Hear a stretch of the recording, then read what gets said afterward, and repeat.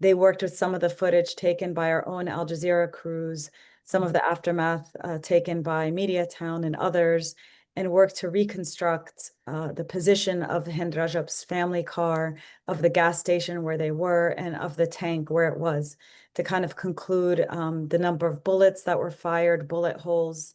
I think it ended up being like 335 bullet holes directed at the car, as well as where the tank would have positioned and been positioned.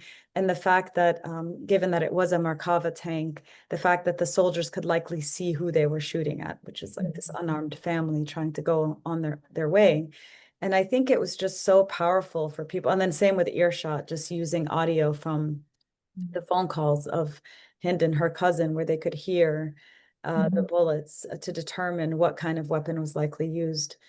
So it was important. I mean, we see with any kind of allegation against the Israeli military, sort of campaigns to try to delegitimize and discredit any reporting that points to them being behind those killings. So it was important that everything we did was bulletproof in terms of the journalism, multiple eyewitnesses, survivors, forensic evidence, satellite imagery, WhatsApp messages, as Kavitha mentioned, phone calls.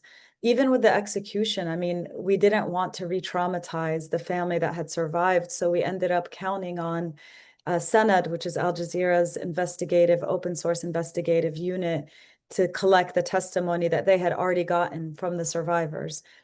So, but we found other survivors and witnesses who we later on went and interviewed for this film.